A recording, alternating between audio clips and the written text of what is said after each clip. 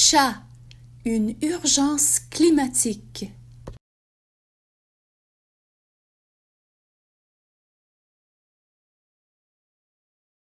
Chapitre 6 de 39. Au revoir à une amie. Lana et Mick Lafleur allèrent au bureau de Tova au fond du refuge pour signer les papiers d'adoption. Puisque le chaton orange n'est arrivé qu'hier, Tova ne lui avait pas fait d'examen médical complet. Elle lui avait donné l'examen habituel pour les puces et les tiques, en plus d'un lavage de pelage, mais le vétérinaire devait faire un examen médical au complet. Tova leur donna le nom du vétérinaire, le docteur Jude des Épinettes. Elle leur dit qu'elle paierait pour l'examen et leur donna un bon pour que la chatte soit stérilisée. Ensuite, Tova téléphona le vétérinaire et lui expliqua la situation. Il dit qu'il avait une ouverture dans 30 minutes. Les Lafleur se regardèrent et hochèrent la tête à l'unisson. Oui. Tova dit au docteur Jude qu'il serait là dans 30 minutes et qu'elle-même serait là dans environ 1 heure pour récupérer le chaton sauvé. Ayant fini avec les documents d'adoption, Lana leur parla de la marque de nourriture pour chat qu'ils avaient, pleine de nutriments et presque au prix coûtant. Elle dit qu'ils en gardaient une bonne variété. Les chatons devraient manger de la nourriture en conserve et boire de l'eau, car la plupart des chats étaient lactose intolérants et les produits laitiers les rendaient malades. Tova leur montra le salon pour chats de l'autre côté de son bureau. Avec chaque adoption, elle donnait 3 bons pour un bain gratuit, la coupe des griffes et le brossage de dents. Il y avait d'autres services répertoriés dans le dossier avec les prix. 20 minutes s'étaient écoulées et Hattie s'impatientait de partir avec son nouveau minou.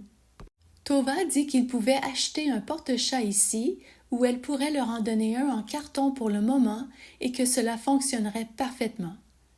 Mick dit que le porte-chat en carton ferait l'affaire pour le moment. Tova demanda à Katz de sortir le chaton de sa cage et de le mettre dans le porte-chat en carton. Hattie observa jusqu'à ce que la boîte soit fermée. Mick souleva le porte-chat en carton et le chaton passa ses pattes avant à travers les trous et miaula bruyamment, presque comme si elle disait au revoir à ses amis. Les chats laissés derrière regardèrent le chaton nouvellement adopté et se demandèrent silencieusement quand ils allaient avoir leur tour. Katz dit qu'elle prendrait sa pause maintenant et demanda à Tova si elle voulait quelque chose du café à côté du centre commercial. « Non merci, ça va pour l'instant, Katz. Profite de ta pause, » répondit Tova. Dès que Katz est partie, Tova commença à nettoyer la cage d'Orange Croche pour la préparer pour un nouveau résident. Peut-être le chat qu'elle allait chercher plus tard. L'ambiance passa de l'excitation au sombre dans l'abri après le départ du chaton orange. Les chats détestaient voir une amie partir, même s'ils ne la connaissaient que depuis une journée. C'était triste pour ceux qui restaient. Pops, le chat le plus âgé du refuge, se demandait si un jour, lui aussi, trouverait une famille chaleureuse. Il a pleuré des larmes silencieuses avec difficulté, car sa race de chat a un nez court sur un visage plat et ses conduits lacrymaux ne fonctionnaient pas correctement. Parfois, les larmes venaient et parfois, elles ne venaient pas. Aujourd'hui, il y avait juste de la tristesse et un long soupir.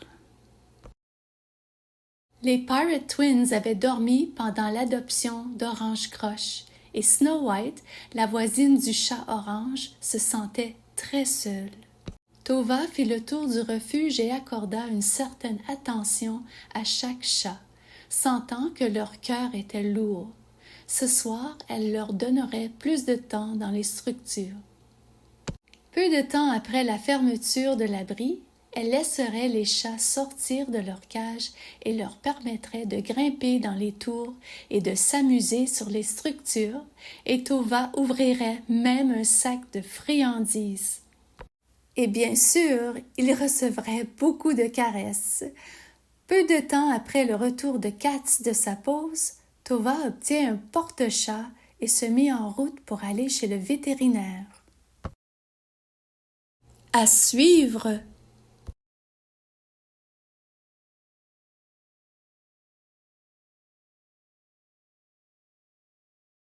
Merci les amis, à la prochaine!